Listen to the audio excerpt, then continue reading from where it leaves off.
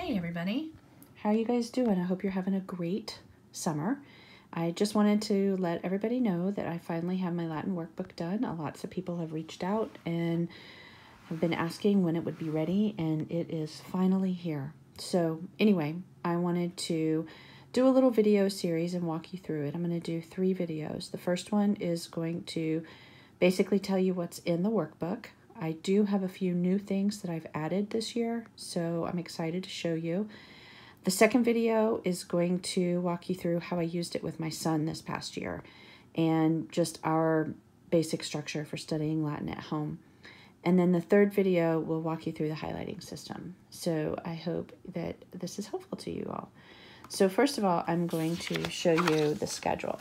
So I've been a Challenge A director long enough to have been around when we used a different pacing. And then they changed the guide and we went a lot faster at the beginning, and they added a new lesson at the end of the year, lesson 15. So it was, I watched kids really struggle those first few weeks. It felt like we were just really racing through it and they didn't really have any idea what was going on. So I decided to tweak it. Anyway, we still get all the same material. We go lessons 1 through 15. I just slow things down a little bit at the beginning and tweak things second semester to get us through lesson 15. Anyway, I want to show you a little bit of how this works.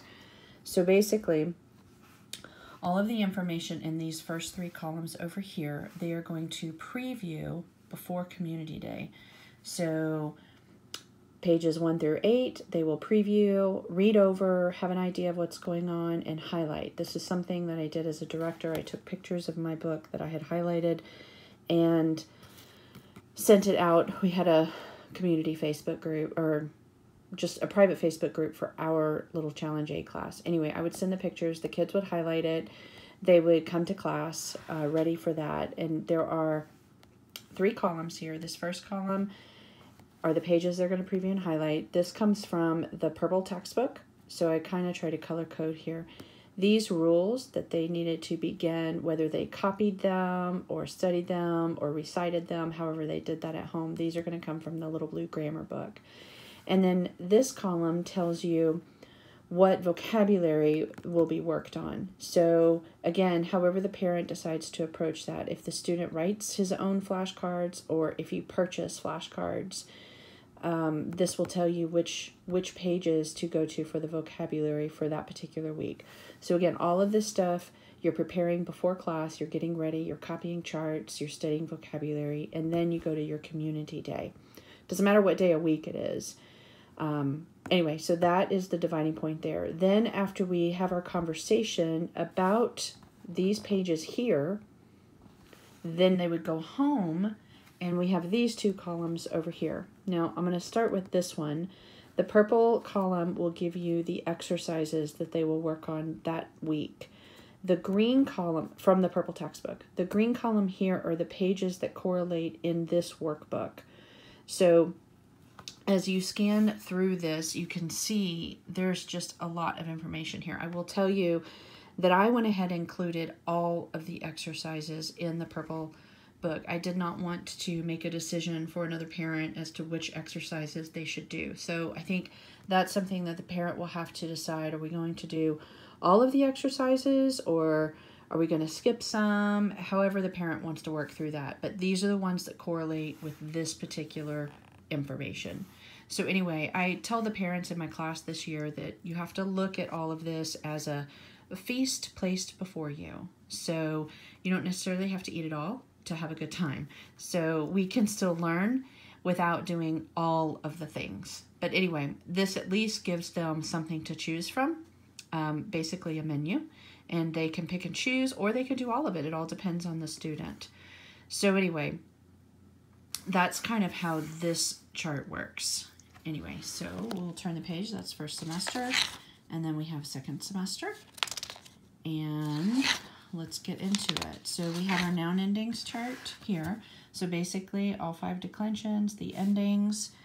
There are 2 pages. The way this whole book is set up is you will have information on the left side and then the blank chart on the right side, where you can slide a protector sleeve over this and they can copy it from here, or you can have them turn the book over and try to do it from memory like this. So there are lots and lots of pages that are set up this way. If you prefer, you can just copy the page or print it from your PDF if you get the PDF. You can do that. Some people don't want the color, so I provided a black and white option here. Then this chart here is a fun chart with just a ton of information about identifying nouns and genders and how to identify the stem or I-stem and so forth. This was a chart that was given to me by my friend Renee Harris, and she gave me permission to use it in her book, in my book here. So then we get to all of the declining charts. So this is a generic chart, this first page right here, and you could tell it is because I put the do not write on this page, use a sheet protector and a wipe off marker. And this is just a standard form, and I tried to set it up a lot like the way that they are set up in the Little Blue Book. So it looks very similar, but they will, basically you have your noun job, your case, you do the singular, the meaning, and the plural, and then of course your noun, your stem, declension, and gender. But when you come over here, you will see that, well, one, you can either use this chart and use a protector sleeve, or I do have, if you want your student to actually write in the book, then I've got basically every single noun in lessons 1 through 15 have a chart in this book. And that way they can just do whatever it is that you assign them. So the noun will be already written in here, and it says lesson 1 in page 7. So wherever it is I go through and I look, you can tell where they introduce. For example, we've got lakes and lakeess is here. Well, that's a lesson 3 noun that's introduced on page 36. So they can fill out all of that information that's here. And then you could check their work by looking in the Little Blue Book and studying the rule there.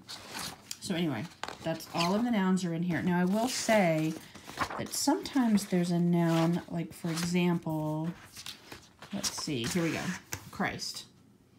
Well, we don't decline Christ in the plural.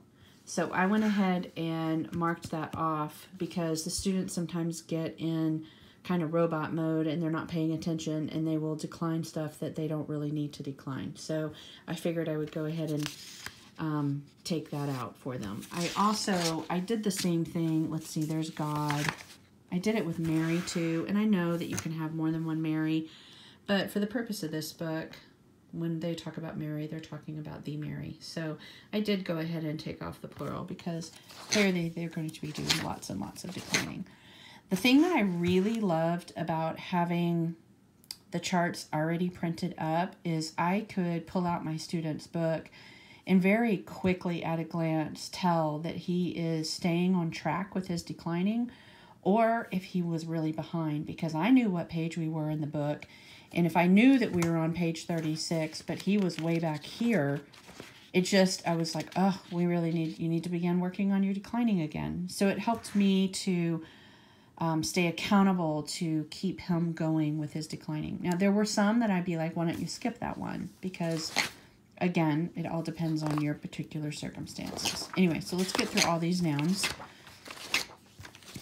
So you can see we go all the way here through lesson 14. I don't think there were any nouns introduced in lesson 15. So anyway, let's see. Next we have adjectives.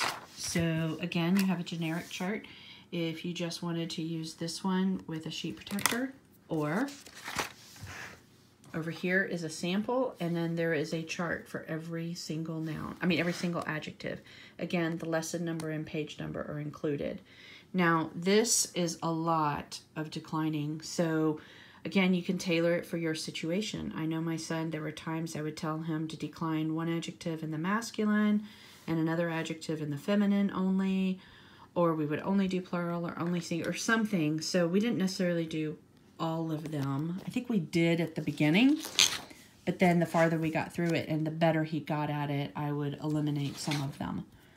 So let's get through the adjectives here, and now we get to verbs. Now here is one of the things that's new. I have this new verb chart. It is color-coded, and the first batch of flashcards that I had were these flashcards here from Antiquated Notions. So I have, the colors are just ingrained in me, and so I had to use the same colors over here. So we have the 4 principal parts listed and all of the endings sort of separated out so that you can see the, we call it like being a code breaker, the way that all of these different things here help you to understand what conjugation you are, or if you're in the imperfect versus the future. Plus also the English translation is up there. And again, I have a blank version here for you to slide a sheet protector over for copy work. Then here's the perfect system. So same thing. Now, the old chart that I had, I decided to keep because we really did use it quite a bit. So it's kind of the same information, but it's just a black and white version, and it's just very simple. And sometimes I would tell my son, instead of copying the whole page, I would tell him, just go copy roll 162 3 times. Or 162, 163, and 164. Do them 3 times each. And he would slide the sheet protector over and just, you know, just copy those very quickly and move on. So it allowed me a little bit of like pick and choose with what I told him to copy. He didn't always copy the entire page. Anyway, so here's the perfect system. And then this is the breakdown of what the the conjugating is going to look like. So it's color-coded. This is the present system. Here is a blank page for them to do. If they were going to copy that, there's the perfect system. And so you can see future perfect, pluperfect, perfect there. And we also have a chart for every single verb. So basically the verb is given here. They will write the 4 principal parts and the meaning of the verb, identify the conjugation, transitive or intransitive, and again, it is labeled here. Like this is introduced in lesson 9 on page 103. They will also identify the rule number, where they are going to be copying this from in the little blue grammar book. So for right now, we're only learning the present tense. So that's why the charts are kind of small. But down the road, let's see, I guess this is where we learn the imperfect tense. Again, you could see the verb there, 4 principal parts. And then, let's see, we get down the road a little bit, and you can see now we are at present, imperfect, and future. Again, lesson number, page number are there for every single verb chart.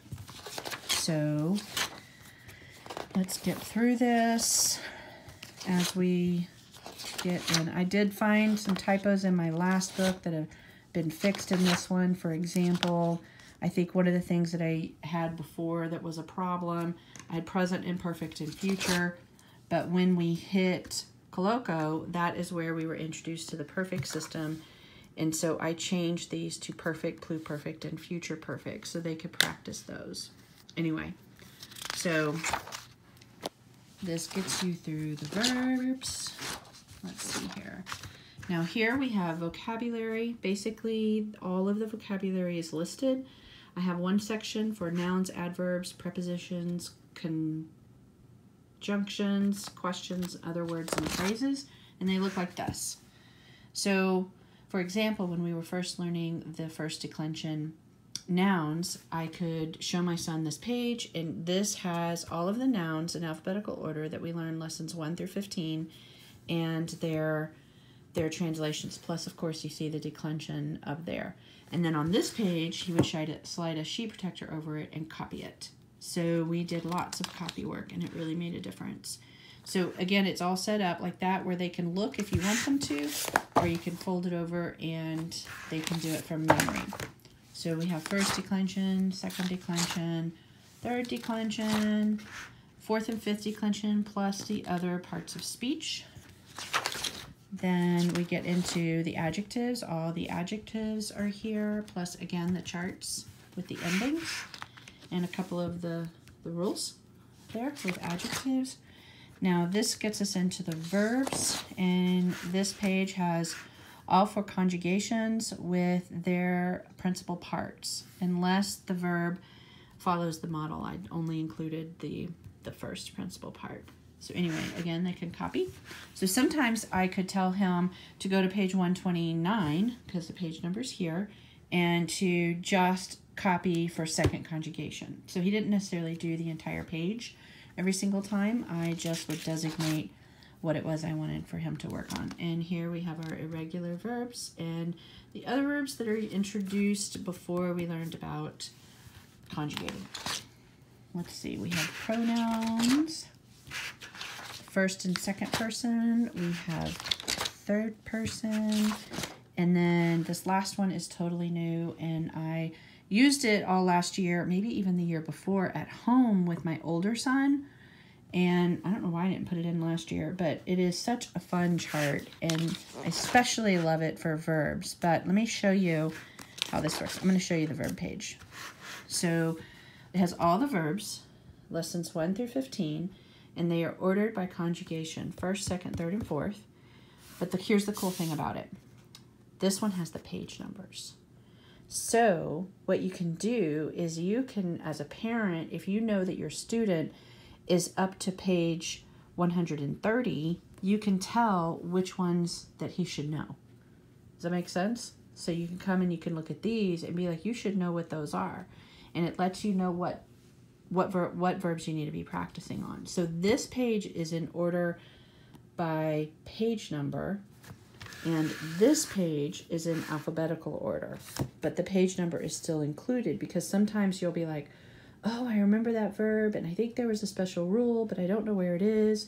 Well, you can come here, and you can find it in alphabetical order, and then go look it up in the textbook. So, and the other thing is, especially as you were getting into all the more complicated tenses farther down the road and other challenge levels, it was a lot of fun to be able to have all of my principal parts right there for me to look at, because sometimes we use the first principal part, sometimes we use the third principal part. But anyway, this chart has just lessons 1 through 15. I do have another chart for Challenge B that goes through lesson 29, and then I have a final chart that goes through the whole book for Challenge 1. So I think that is posted on Facebook somewhere. But anyway, so that is it, and that's the book. So there you have it. And let me know if you're interested. My email is amy.tellison@gmail.com. Have a good one.